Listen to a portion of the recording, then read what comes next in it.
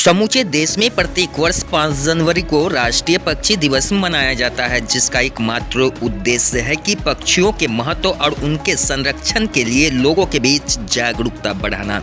यह दिन पक्षियों के प्रति प्रेम व्यक्त करने का और उनके आवासों और प्रजातियों को बचाने के लिए वैश्विक प्रयासों को बढ़ावा देने के लिए समर्पित है। आज हम आपको पूर्णिया के एक ऐसे परिवार से रूबरू करवाते हैं जिनका पक्षियों के प्रति प्रेम कई पुश्तों से चली आ रही है। जी हाँ, पूर्णिया के रहने वाले रंजीत पासवान और उनकी मां मंगला देवी, जिनके आंगन में अलग अलग प्रजातियों के पक्षी की आवाज़ सुनाई देगी। रंजीत की मां मंगला देवी सुबह से ही पक्षियों की सेवा में लग जाती है।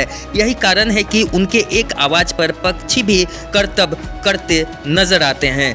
मंगला देवी बताती है कि मेरे परिवार में जितना सुख मिलता है उससे ज़्यादा सुख इन पक्षियों के बीच आकर मुझे मिलता है। वहीं रंजीत बताते हैं कि यह उनके परिवार की पुश्तैनी शौक है जिसे वे वर्षों से निभा रहे हैं। रंजीत न सिर्फ पक्षियों के शौकीन है बल्कि उसके संरक्षण कराकर पक्षियों के समूह को आगे बढ़ाने का भी कार्य करते हैं।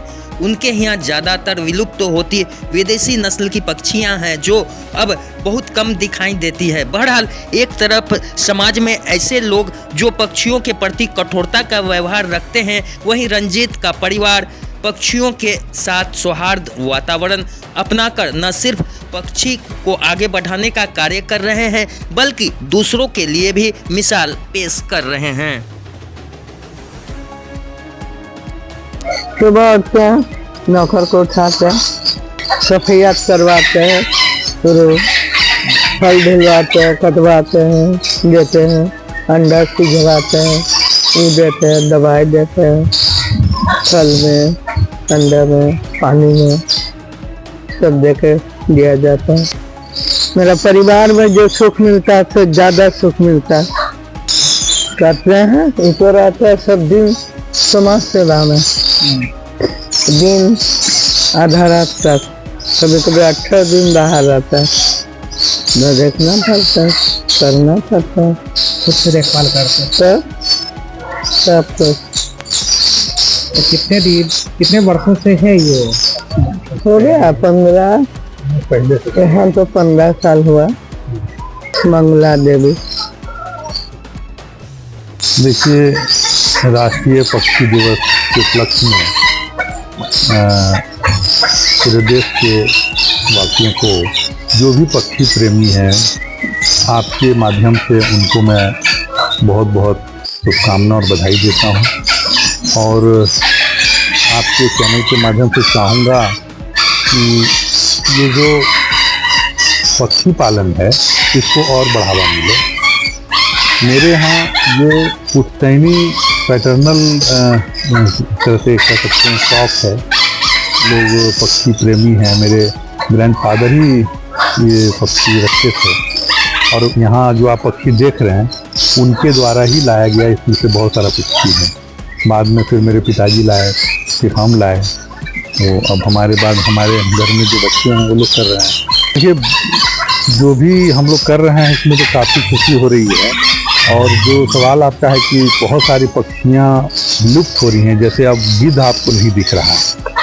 गिद्ध भारत का एक ऐसा पक्षी है जो एक साइकिल चेन, मतलब ये सृष्टि का एक साइकिल चेन में बहुत बड़ा उसका योगदान है। तो सरकार को और मानव समाज को भी उस पर ध्यान देने की ज़रूरत है। जो हम लोगों का जो सभ्य समाज है उसको भी इस पर ध्यान देना है कि गिद्ध, बोगला, बहुत सारे गोरैया आप नहीं देख रहे हैं, गोरैया जो है वो नहीं मिल रहा है। तो ये सब सृष्टि में मनुष्य के मतलब उपयोगी जीव हैं, उपयोगी पक्षी हैं जो विलुप्त हो रहे हैं। इसके संरक्षण की आवश्यकता है और सरकार को भी इस पर ध्यान देने की जरूरत है। हमारे पास सारे एग्जॉटिक बर्ड्स हैं जो कि जैसे इसमें काकतू हैं, मकाऊ हैं, लॉरी हैं, सारे एग्जॉटिक बर्ड्स हैं। इंडियन बर्ड्स हमारे यहाँ कोई नहीं। तो कितने वैरायटी के बर्ड्स हैं? हमारे पास अभी तो 8-9 तरह के पक्षियाँ हैं। ठंड में इन लोगों के साथ में क्या है ना कि इसको प्रोटेक्शन आप देख रहे होंगे कि बाहर से नेट लगाया गया है। बहुत अंदर में एक मेन नेट है बाहर से पतला नेट लगा है कि वो ट्रांसपेरेंट भी हो और उसमें कोल्ड वेव का पूरा मतलब असर ना हो। इस तरह से हम लोग इसको प्रोटेक्ट करते हैं। साथ ही इसके फूड प्लान में भी चेंज करते हैं, कुछ ऐसा फूड देते हैं अंडा देते हैं, जो उसको दवाई हेल्थ में प्रोटीन दे करके इम्प्रूवमेंट होता है, ताकि इसको इसके प्रोटेक्शन में काम आए।